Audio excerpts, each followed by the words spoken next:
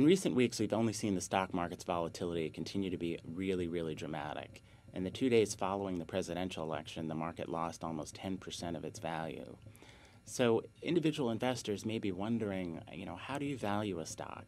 For instance, a quick barometer is typically looking at a stock's price to earnings ratio. And that's the stock's price per share divided by its earnings per share.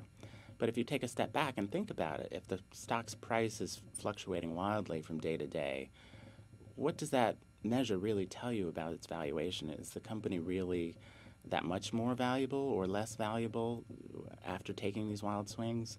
So you may want to expand the pool of metrics that you look at. One of the metrics that may be helpful, particularly in tough economic times, is something called free cash flow. And what that is, it's a measure of the company's cash on hand after it's paid expenses.